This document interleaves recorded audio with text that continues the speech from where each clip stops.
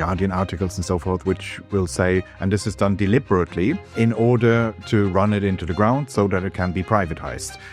It's wrong at multiple levels. It's just fairly consistent pattern that the NHS was always a bad system.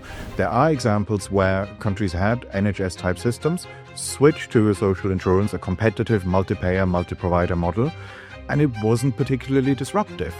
When will the British public be spared the endless eulogising of our failing healthcare system? Hello and welcome to this IEA briefing. My name is Reem Ibraham and I'm the Communications Manager and Linda Whetstone Scholar here at the Institute of Economic Affairs. Today I am delighted to be joined by Kristian Niemietz, the IEA's Editorial Director. Kristian has written a piece in the Telegraph entitled "The NHS Truths the Left Don't Want You to Hear. When will the British public be spared the endless eulogising of our failing healthcare system?" Kristian, thank you for joining me. My pleasure. Could you start by telling me whether or not you think the NHS used to be the best healthcare system in the world? Well, short answer is no, it never was. But there was a time when it was super controversial to say that the NHS isn't performing brilliantly. So I've written several papers about this. And the first few, I always got a massive backlash on Twitter, and especially from medical Twitter. A lot of doctors were freaking out about this. And now it's actually the people who are most pro-NHS who have sort of adopted that line. They're also saying, no, actually, the NHS as it currently isn't up to scratch. It isn't performing well. It is not the envy of the world. So the thing that used to be super controversial to say is now the mainstream position. It's just that these people draw very different conclusions from it. Their argument is that the NHS was once the envy of the world. The NHS was once the best system in the world. It's just that since 2010, austerity, covert privatisation, all the usual distractions, that supposedly because of that, it has lost that special status. But the good old school NHS, so the idea is basically that there was a golden age, that we have a lost golden age when everything was brilliant. And if we could only go back to that, then all would be brilliant again.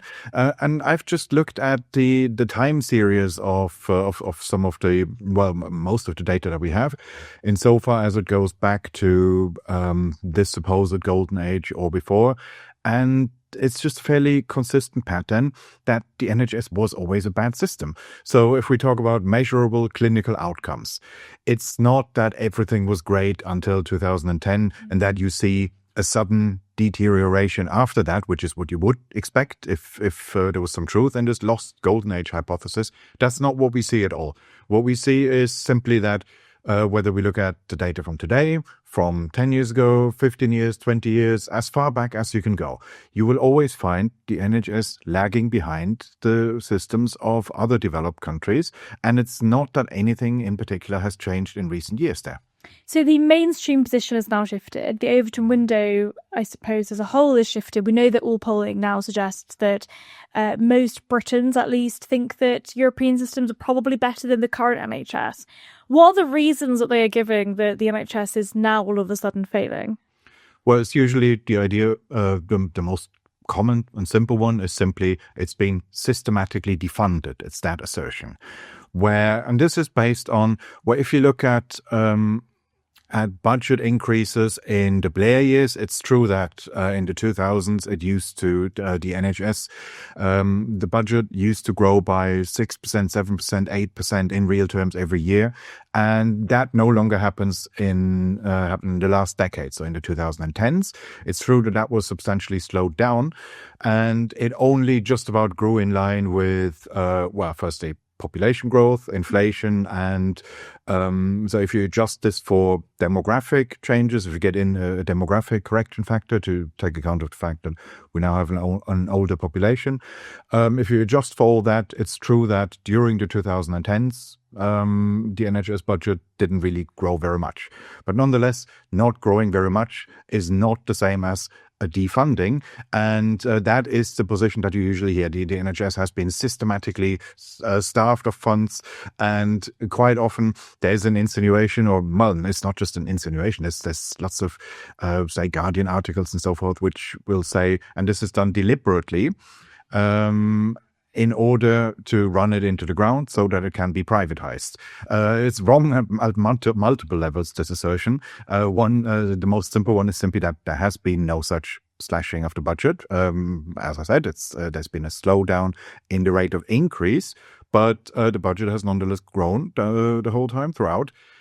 And also at the theoretical level.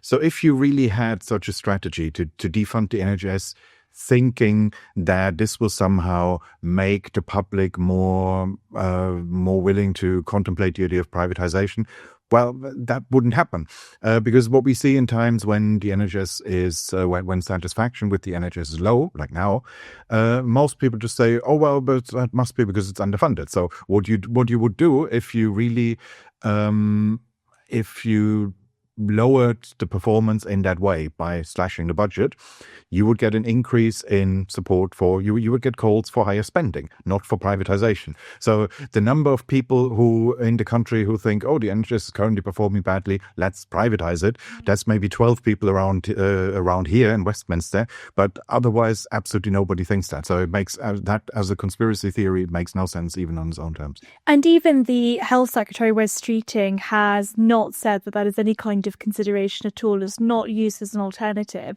A lot of the questions of reform seem to be around sort of tinkering around the edges rather than fundamental and institutional reform that many of us, and including yourself, have argued for. In terms of the actual real institutional reform that actually does that, what do you think should actually happen with the NHS? Yeah, so first of all, on that point, Wes Streeting, I mean, he did present himself as shadow health secretary, and for a year or so afterwards, almost, he presented himself as quite a radical reformer, at least in highly abstract terms. But he came out with phrases, for example, he disputed specifically this idea of the NHS as the envy of the world. He said, come on, no, it's not true. And you pointed out the obvious. Well, it's obvious for us, but if you're a Labour politician, that's actually quite a courageous thing to say. And he got attacked on Twitter all the time from the Corbynites in his own party. He made some enemies with that. He did make some enemies, but of course on basically every single available measure, the National Health Service is falling behind, and it has been for a long time. I think you wrote this in your paper last year, the Denationalisation of Healthcare, that in the year before the pandemic, so in 2019, we had the second highest avoidable mortality rates in all of Western Europe. You know, that is not indicative of a healthcare system that is genuinely, one of the most effective in the world. And that's avoidable deaths. There are so many other measures. I mean, cancer survival rates that really do show that the NHS as a healthcare system in terms of its outcomes is really failing people.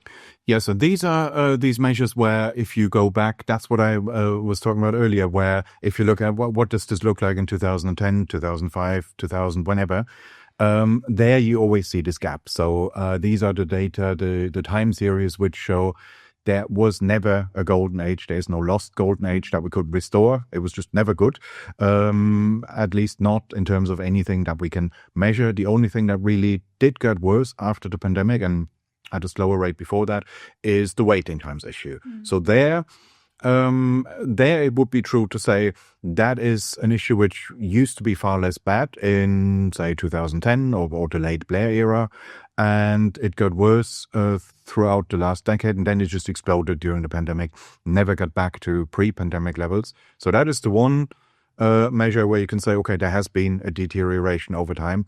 But even for that measure, say if you take the best possible year here, 2010 was probably the best it's ever been. Even there, you would wait longer here than, say, in the Netherlands. So relative to other systems, it wasn't good even at the peak, even at the relative golden age. And so even there, it would really just be a golden age if you choose a very unambitious counterfactual. If you say it's true that in the 90s, that was a big issue, that waiting times were extremely long. That was one of the things that Blair promised he would get under control and did with a mix of, imposed waiting time targets and spending increases, but also some degree of patient choice, market measures, so that you could look around, is there maybe some healthcare provider with shorter waiting times? So these are the things that got a bit better, but it was just never brilliant. And on those measures, NHS has always been behind the comparable systems. And that's really the only thing where you can say, okay, things got worse over time. On everything else, it's just always been bad. So what do you think should happen with the National Health Service? How can we reform the National Health Service so that it genuinely does impact people in that positive way? You outlined this in your paper last year, the Denationalisation of Healthcare, where you sort of spoke about things like, adapting integrated care boards into sort of competitive providers, sort of step by step looking at the current system and turning it into something similar to the Netherlands. So what would you propose? Yeah, so the idea there was simply that was a response in part to the think tanks that specialize in healthcare, say the King's Fund, the Nuffield Trust. They sometimes concede that the NHS is worse than some of the continental systems, the social insurance systems in particular. They sort of make that concession very grudgingly, but they still do. But they then pivot to saying, well, okay, that may be true. Maybe these systems have some strength. Maybe there's something good about them. However, we have the system we have, and there's no way that you can change that now. Their idea is basically that choosing a healthcare system is something that you can only do once in a country's history, and then whatever you choose, you're stuck with it. And you can try to reform the system you have, but you cannot switch to something else from there. Whereas I'm showing in a paper that that's actually not true. There are examples of social insurance systems that were introduced at a time when a country already had a well-established healthcare system, and they did shift from that, and I mean specifically NHS-type systems. There are examples where countries had NHS-type systems, switched to a social insurance, a competitive multi-payer, multi-provider model, and it wasn't particularly disruptive.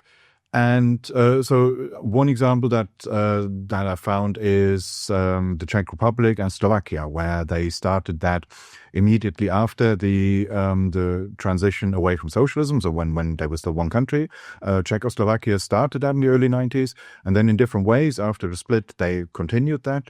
And of course, East Germany did that as well, where it's usually not thought of in that way because we'd say, well, they just adopted the West German system as part of reunification. And yes, okay, that's technically true. But nonetheless, for the people who made that happen on the ground, it nonetheless meant the introduction of a different healthcare system. And the fact that this is technically not entirely new, well, that didn't help them. They still had to make this new system work.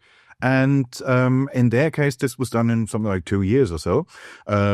Czech Republic, Slovakia, slightly longer, but in all three cases, we're talking about less than a decade. And it's the kind of transition that if you ask people from those places, okay, obviously opinions will differ. They're not all going to say what we have now is super brilliant. What we had before was an absolute hellscape. It's not going to be like that. But they're not going to remember this transition as something particularly disruptive or stressful. That can be managed in such a way that it mostly happens behind the scenes. And as an individual patient, an individual person who needs health insurance, you're not really going to think about it very much. You just realize, oh, okay, healthcare now works in a different way. You have a lot more choices suddenly. You don't have to make use of them. So I'm trying to come up with an arrangement where the people who are change averse, who are structurally conservative, who want to keep things as they are, they don't have to make active choices. You can keep something that is quite similar to the current system as a default state, as a default option, where you don't have to do anything differently if you don't want to, but you just open up new choices for people who do want to make use of those choices. And in that way, you transform the system over time. Kristian, that's absolutely fascinating. And I'm not sure that's necessarily politically feasible in the UK at the moment, but perhaps one day it will be. Thank you very much for joining me. And thank you to all of you for watching and listening. If you're interested in checking out Kristian's paper, then do check out iea.org.uk. And if you would like to sign up as an insider subscriber to learn all about the IEA's work, then do check out insider.iea.org.uk.